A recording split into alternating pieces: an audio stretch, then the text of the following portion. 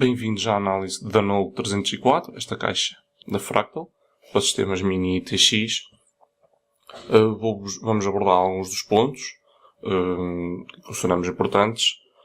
Vou já tirar a chapa, para vos conseguir explicar um pouco tudo, já que eu terei de recorrer apenas a uma mão para segurar a máquina, enquanto vou deixar então aqui a chapa e vou tentar ter aqui espaço para vos explicar tudo. Vamos começar, como já fiz noutras caixas, pela qualidade de construção. Esta caixa é feita com esta chapa de, penso ser 1 mm.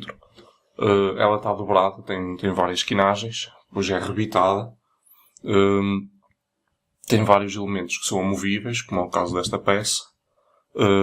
Tem várias zonas, como é o caso, por exemplo, aqui, em que eles fizeram mesmo, lembraram-se de fazer um pequeno rebordo para conseguirem enfiar a chave. Já noutros casos, como é o furo aqui dentro, tal não foi possível. Portanto, será mais complicado meterem este parafuso aqui do canto da fonte. A caixa é mesmo muito rígida. Eu posso tentar aqui torcê-la e com praticamente qualquer das chapas vocês vão conseguir levantá-la. Por esse lado não há aquele problema das chapas dobrarem, por exemplo. Outro pormenor, também aqui na caixa, na zona da caixa dos discos, eles fizeram estes pequenos entalhes para aproveitar o espaço e deixarem espaço para o anti-vibração. A caixa é muito rígida, esta chapa também é de muito boa qualidade. Poderão cortá-la à vontade do que fazer força. Isso não existirá assim grande forma de a deformarem, que depois, para aplicarem, por exemplo, um acrílico, podia acontecer uma das faces ficar mais afastada. A frente também está muito bem construída. Tem aqui umas pequenas zonas que é pena serem de plástico e não terem utilizado um sistema como, por exemplo, ali tem, ou para o desencaixe rápido. Têm de apertar aqui, assim, e conseguem retirar a frente. Na frente tem um filtro de plástico facilmente amovível. Em baixo também peças fáceis de tirar. Em termos de acabamento, a frente tem um acabamento escovado, como agora conseguem ver aqui nesta zona. Tem este pequeno acabamento escovado em preto. As malhas, já estive a ver, estão bem aplicadas, não têm problemas dos dobrados para dentro, da molgadelas ou de pequenas imperfeições. Esta chapa também tem este preto brilhante, combina muito bem com a frontal, é pena não ser também escovado.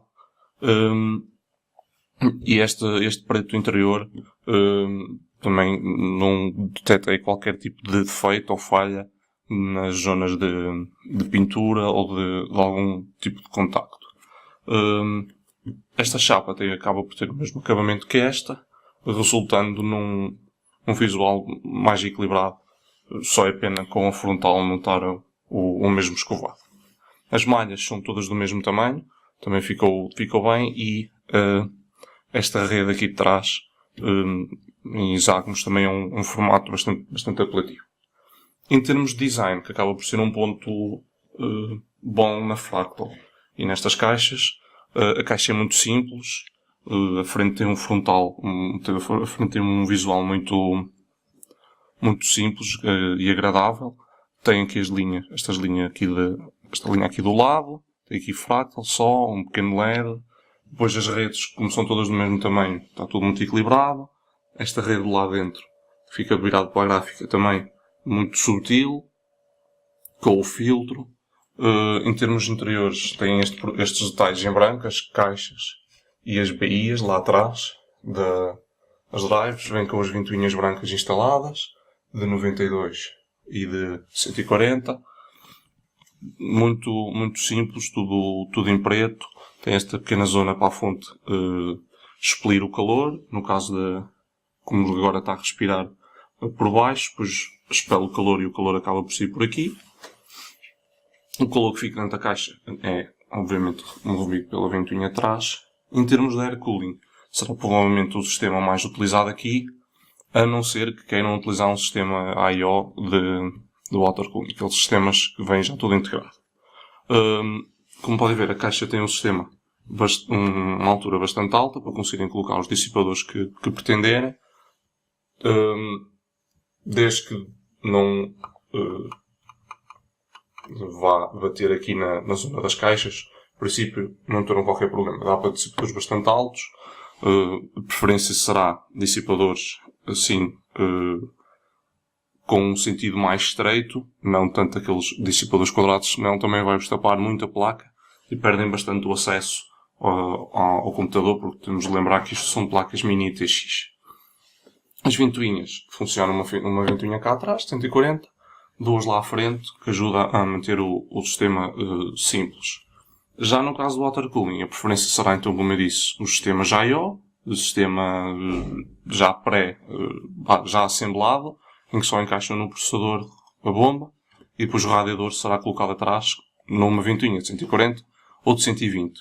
Modificações posteriores podem tentar encaixar ventoinhas noutras posições e até um radiador de outro tamanho, por exemplo, retirando esta barra, poderão colocar um radiador assim mais comprido, talvez sem prejudicar muito a gráfica, podem no máximo ter de utilizar ventoinhas de baixo perfil, mas em princípio, com a altura que cá vejo atrás, tal será possível.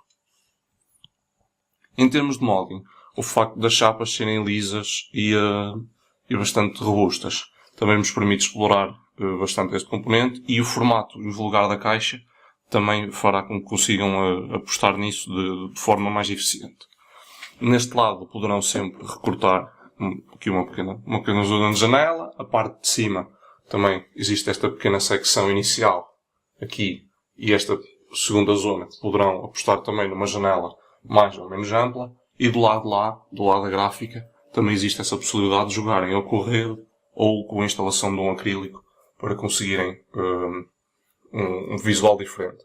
Dependendo da gráfica, podem até fazer uma abertura mais personalizada para a gráfica aproveitar o ar mesmo de fora e retirarem aqueles filtros. Depois também podem trabalhar a frontal, podem fazer, por exemplo, gravações, também conseguem aplicar bastante bem aqui, conseguem modificar a frente de maneira a conseguir que o ar entre por aqui diretamente para os discos, ou caso queiram melhorar o arrefecimento das 6 drives que podem colocar. Podem modificar as cores, trocar ou não as caixas, personalizar um pouco a caixa, tentarem meter as caixas de outra maneira, talvez até para mais discos. Pode ser que aqui consigam colocar 3 discos, desde que façam os furos aqui em vez dos furos nesta zona. Trabalhos no topo, na traseira, modificarem para colocar qualquer coisa. A nível do water cooling podem tentar colocar um radiador numa das laterais ou até no topo. Existem esses pequenos jogos que conseguem fazer, e como a caixa tem umas linhas muito simples por fora e esta chapa principal permite isso, podem jogar com esta chapa e com o interior, com o visual, para conseguirem mostrar melhor a vossa placa e o sistema. A nível de fluxo, a forma principal de tração será sempre aqui na traseira, e para entrar aqui na parte da frente nas duas ventoinhas de 92. Se quiserem jogar aqui com a parte de cima, com as laterais, terão de fazer cortes, modificar, mas podem conseguir criar um sistema aqui mais direto, por exemplo, colocar aqui uma ventoinha para alimentar diretamente o processador, e depois a ventoinha de trás fazer logo a extração. Do lado da gráfica também podem fazer esse jogo, e como eu disse, se quiserem, num extremo, modificar aqui a parte superior para conseguirem, por exemplo, colocar aqui uma ventoinha ou até duas ventoinhas seguidas de 120.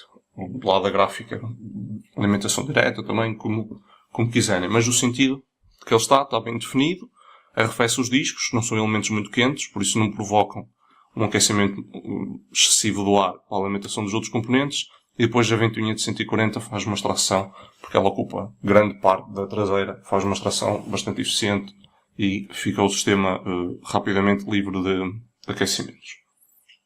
Em termos de ruído, o controlador permite um ajuste bastante amplo, tem 3 velocidades e conseguem controlar estas 3 ventoinhas já incluídas. No caso de as trocarem por outras versões que queiram, ou com mais performance ou mais silenciosas, podem ligar diretamente ali. A alimentação, como é que o Molex não tem um limite assim bastante imposto de controle, pode existir, claro, algum valor de amperagem não suportado aqui pela placa de controle, mas em princípio também o espaço que há estas 3 ventoinhas, se for necessário, colocam na board e ficam com a alimentação toda controlada a nível de ventoinhas e as voltagens e essas coisas assim. A caixa, tendo esta chapa bastante rígida, ajuda a fazer um pouco de isolamento do ruído. Claro que as malhas sempre serão uma fonte de saída do ruído e claro que é nessas zonas que terão de ter atenção. Ou seja, se a vossa gráfica fizer muito barulho, com uma lateral com um filtro exposto, esse ruído terá por onde sair e, dependente da gráfica, poderão ter um sistema um bocado ruidoso. A nível da cabelagem, ele vem com este cabo da fonte, um pouco mais comprido. Como podem ver, fiz aqui um pequeno S, mas assim também está mais arrumado. Depois, como a caixa é pequena, terão de ter algum trabalho para conseguirem esconder tudo. Os cabos já vêm com sleeving. No caso da vossa board não ter o USB 3.0, o conector frontal existe um cabo USB 2.0 que não devem ligar, no caso ligarem este, ou seja, apenas ligam um dos cabos. Mas, e neste caso usando só o 2.0, que é o caso deste sistema, fiquei aqui um pouco com o cabo a estrobar. Mas como muitas placas já vêm, especialmente placas gaming, será um grande caso dos entusiastas comprarem este tipo de caixas. Já vêm com o USB 3.0 e o cabo assim já não fica tão excessivo comparado à funcionalidade que está a ter. A nível de fonte, claro que recomendo sempre uma fonte modular e não uma fonte como estas, porque acabei por ficar aqui com um molho de Molex que tive de utilizar para o controlador, mas que não tenho outro sítio para colocar, a não ser aqui para trás ou aqui na lateral.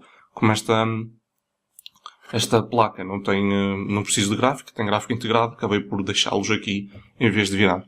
Em qualquer dos casos, existe aqui um pequeno truque que eles deixaram cá na caixa, que é estes espacinhos, estas ranhuras, em que vocês prendem aqui um zip, por exemplo, e conseguem ir fazendo passar os cabos.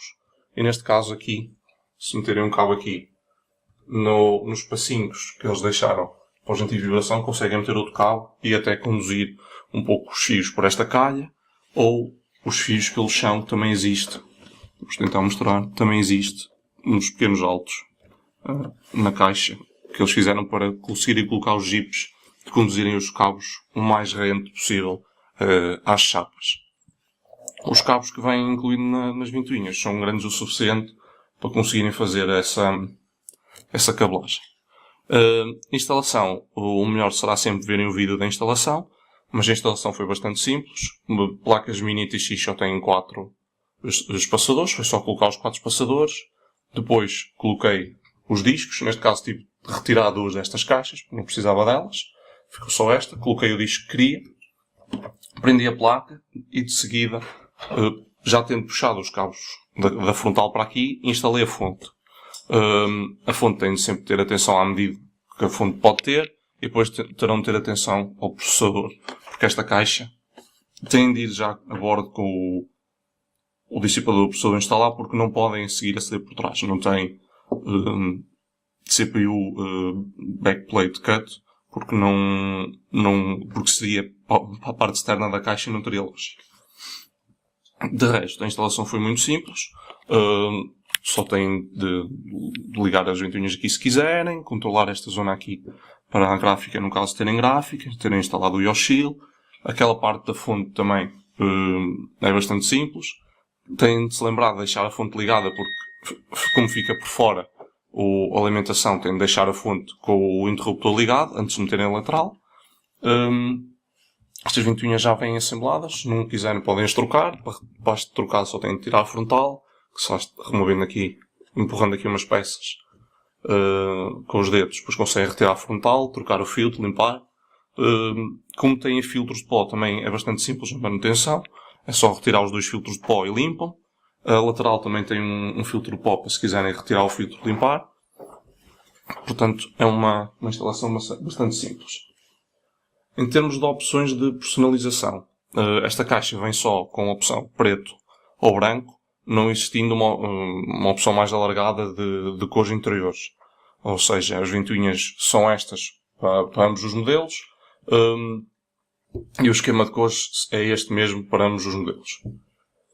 Em termos de extras e de funcionalidades, estas caixas vêm então já com os 2 filtros, vêm já com o controlador e vêm já com as 3 ventoinhas incluídas. Vou só então tentar remover a frente para vos falar e para vos mostrar um pouco a frente, no caso de não terem visto os outros vídeos. Tenho que tentar remover.